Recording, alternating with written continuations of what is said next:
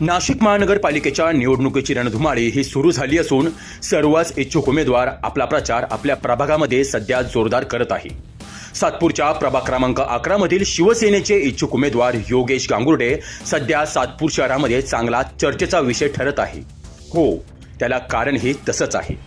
योगेश गांगुर्डे हे शिवसेनेकडून इच्छुक उमेदवार आहेत। प्रभागामध्ये प्रचार करत असताना रस्त्यावर एका महिलेचा ड्रेस गाडीमध्ये अडकून तिच्या गाडीवरून ती महिला रस्त्यावरून खाली पडली।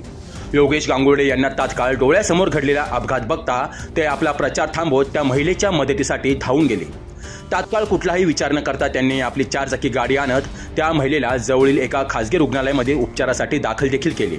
प्रचारापेक्षा आपल्या प्रभागातील नागरिक महत्त्वाचा हे या घटनेने समोर आणलं आहे। दरम्यान आपल्या प्रभागाचा नगरसेवक कसा असावा याचं उत्तम उदाहरण म्हणजे योगेश गांगुर्डे। अपघातग्रस्त महिलेच्या मदतीसाठी आपला प्रचार सोडून योगेश गांगुर्डे धावून गेल्याने त्यांच्या या सामाजिक कार्याचं आता सातपूर पंचक्रोशीमध्ये चांगलंच कौतुक होत आहे। तुषार ढेपले, अटल न्यूज, सातपूर।